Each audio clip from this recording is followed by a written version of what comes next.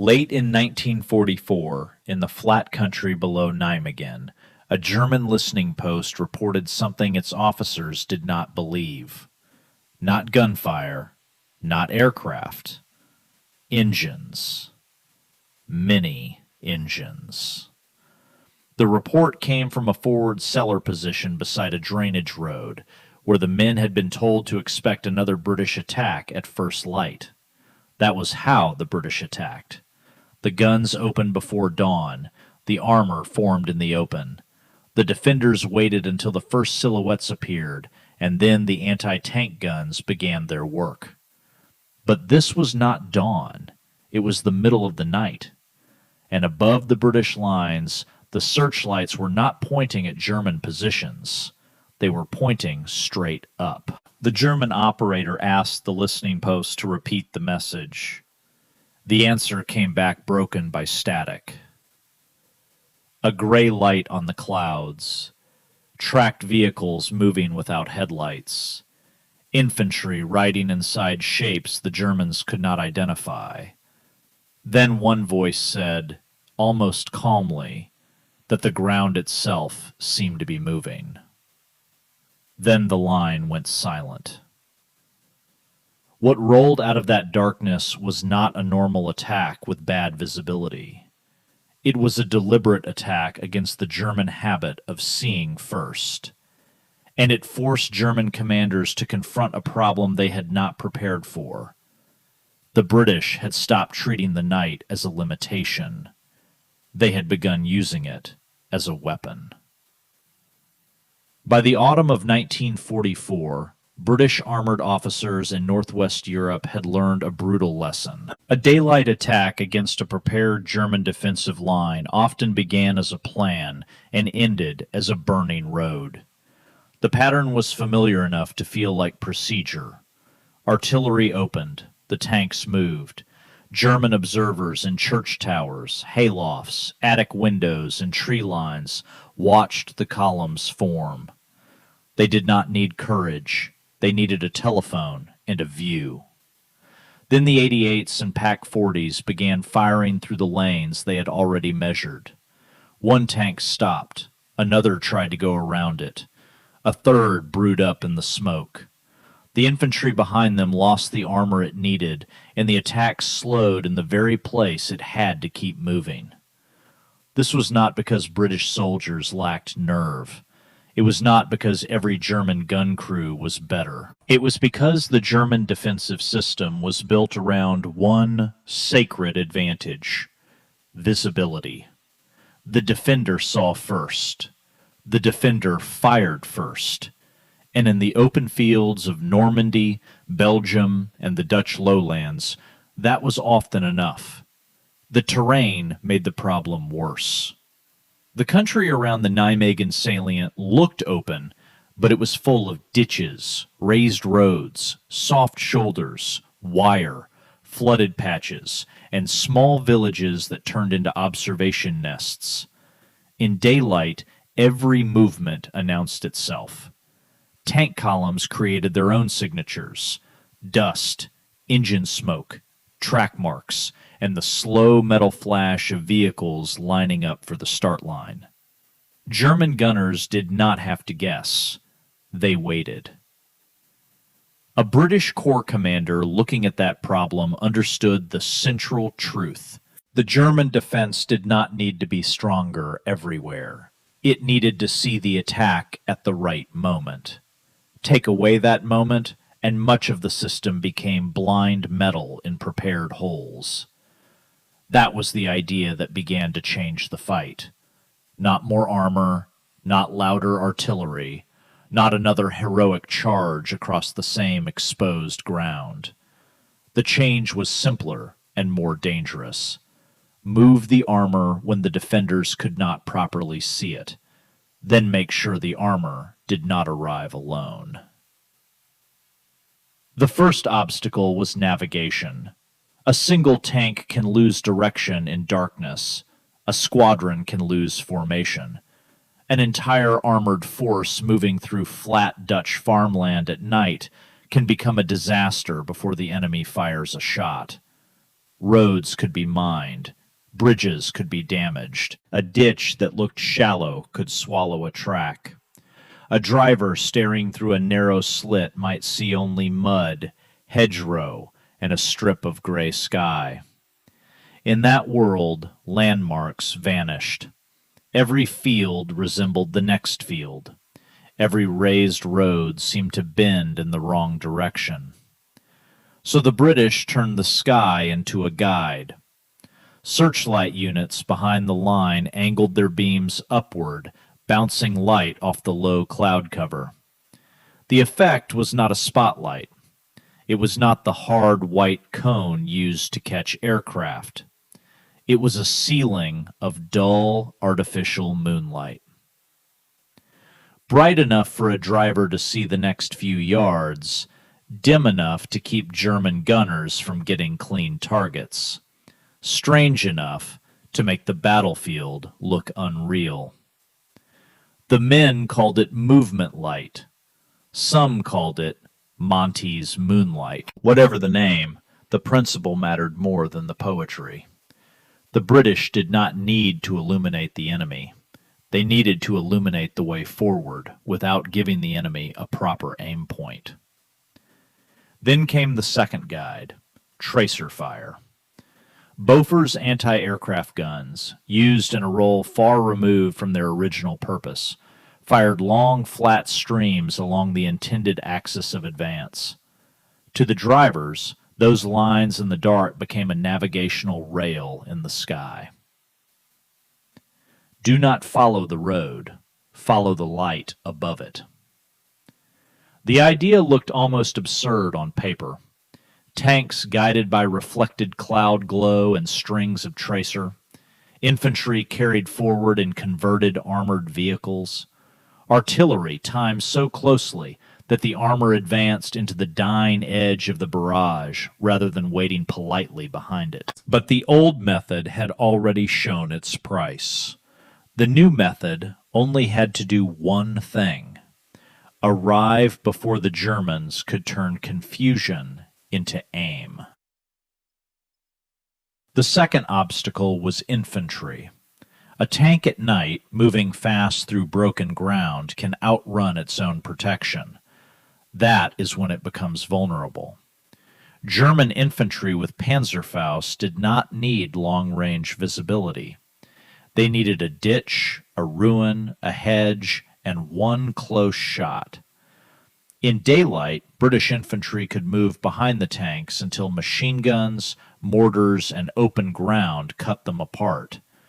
At night, on foot, the problem became worse. Men stumbled into ditches. Sections broke apart. Officers lost platoons in fields they had never seen.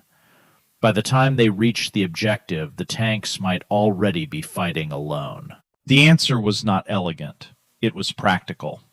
Infantry would ride. The converted armored carriers known as Kangaroos gave the assault a different shape. They were not tanks in the usual sense. Many had been built from stripped-down armored chassis, their original guns removed, their interiors opened for soldiers. They were rough, cramped, loud, and invaluable. Inside them, infantrymen could move at the pace of the armor without crossing the killing ground on foot. They would not march behind the tanks. They would arrive with them. For the men inside, it did not feel like a tactical revolution. It felt like being locked inside a steel box while the world hammered the sides. A rifle butt struck someone's jaw at every jolt. A boot slid across the floor plate. The smell was oil, wet wool, cordite, and fear. Nobody could see the battle. They could only hear it.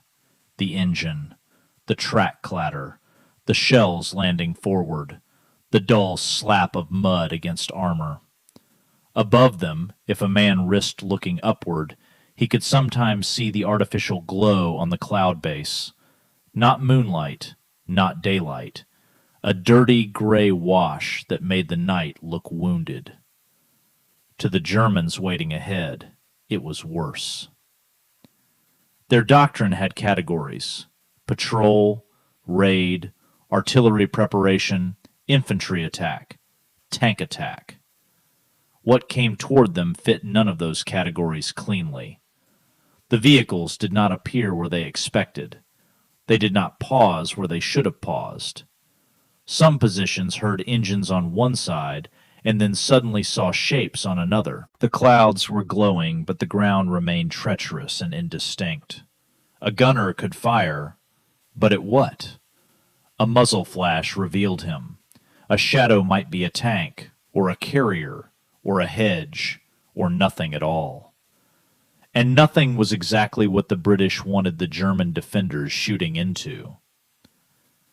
The third obstacle was time. In a normal attack, the artillery barrage ended, and then the assault crossed the start line. Even a short gap was enough. German crews crawled back to their weapons, telephone men repaired lines, officers found their maps, machine guns were dragged back into position. The defenders' system reassembled itself. The British plan tried to remove that recovery interval. The barrage would not be treated as a separate act. It would be the door the armor moved through. The calculation was unforgiving. How fast could the lead tanks move? How long did a shell take to fall?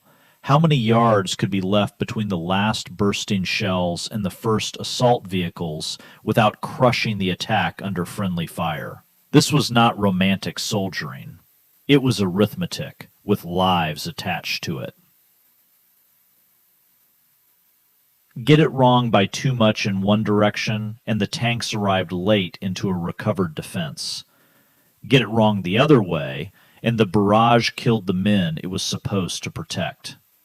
Maps were marked, timings were checked, routes were taped and retaped, searchlight angles were tested against cloud height, signals, men rehearsed procedures in case the lines failed, drivers were told what not to look for, the infantry were told not to climb out too early, no matter what they heard. The entire attack depended on men trusting a battlefield they could barely see.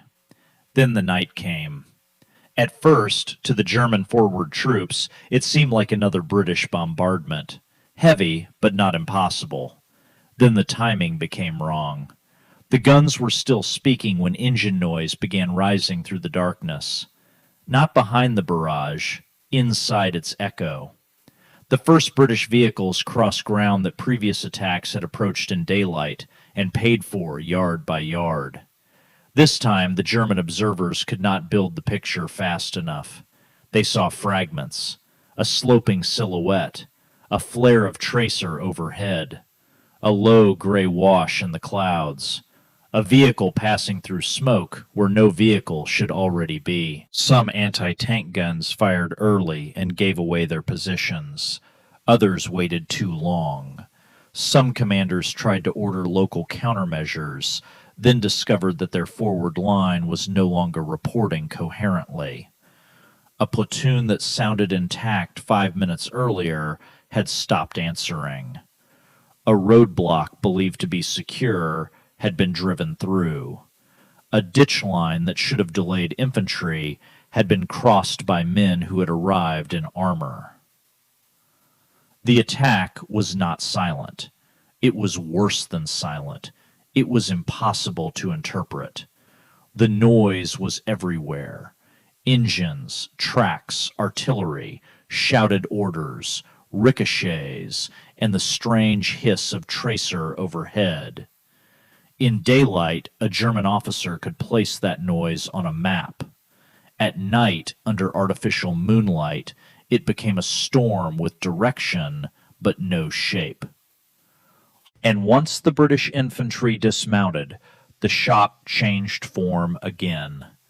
They were not exhausted foot soldiers stumbling in late behind the armor.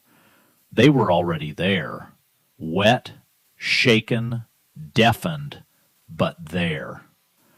They came out of the Kangaroos close to the objectives, carrying rifles, Bren guns, grenades, and the immediate purpose of men who had been delivered through ground that was supposed to kill them before arrival. That was the tactical insult. The German defense had not simply been penetrated. It had been bypassed in its own sequence. The defenders expected to break the armor first, then deal with infantry that arrived weakened and late. Instead, armor and infantry appeared together in the dark, too close, too fast, and under a light the defenders could neither use nor extinguish. Some German positions fought hard. Others collapsed because the picture they needed to fight had vanished. Men surrendered not because every weapon had failed, but because command, orientation, and confidence had failed at the same time. A prepared defense can survive fire. It struggles to survive disbelief.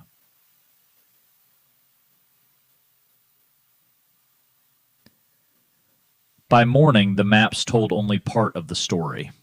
Ground had been taken. Defensive lines had been torn open. Some objectives remained contested, as they always did in a real battle. The attack had not become a clean miracle. No honest account of war should make it one.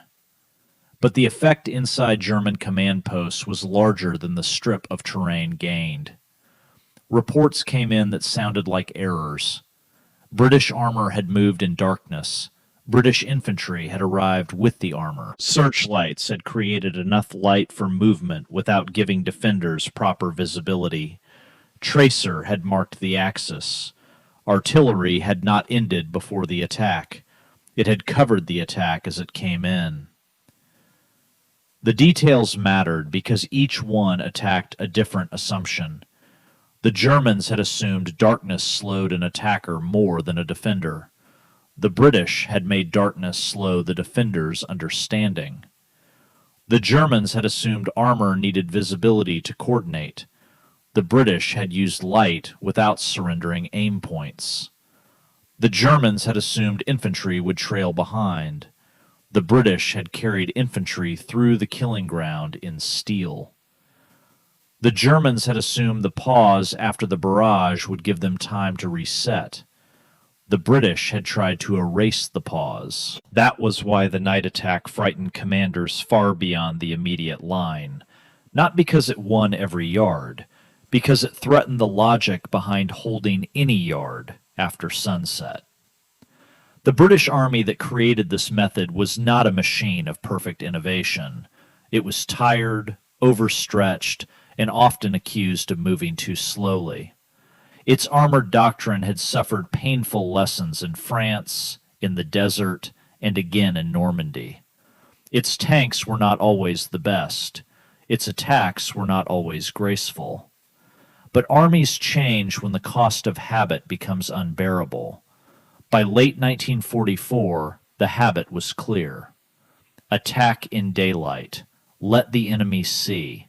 Absorb the loss. Try again. The night assault broke that habit. It did not do it with one invention. It did it by linking several imperfect answers into one system. Artificial moonlight for movement, tracer for direction, kangaroos for infantry protection, close artillery timing to deny recovery, disciplined drivers, engineers, gunners, infantry, signalers, and staff clerks making a plan that only worked if every part arrived almost exactly when the others needed it. This is the part history often makes too clean. It was not just a general's idea. It was men hauling cables in mud. It was searchlight crews judging cloud and angle. It was artillery staffs turning distance into seconds. It was drivers trusting a pale sky instead of a visible road. It was infantry sitting inside steel, unable to see whether they were being carried toward victory or a burning field. And it was German defenders learning that the absence of light no longer belonged safely to them. For years, night had been treated as cover for patrols, raiding parties, local movement, and men trying not to be seen. Large armored battle was supposed to belong to daylight. Machines needed sight, commanders needed maps, drivers needed landmarks, gunners needed targets. That belief did not disappear everywhere in one night. War does not change that neatly. But after the British proved that an armored formation could move under manufactured darkness, with infantry protected and artillery synchronized, the old certainty was damaged. Every defensive line now had a second clock, not just how long it could hold under fire, but what might happen when the sun went down. That is why German commanders feared the British night attack. Not because it was flawless, not because it ended the campaign by itself, not because darkness suddenly made tanks invincible. They feared it because it turned a defensive advantage into a question.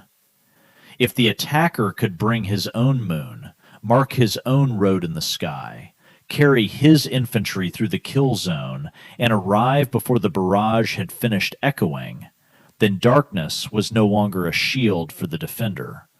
It was contested ground. And in the flat fields below Nijmegen, the British had shown they could take it. The Germans had built defenses for men who needed daylight to fight. What came for them was an army learning how to fight before daylight arrived. The night had not hidden the British advance. The British had learned to command the night.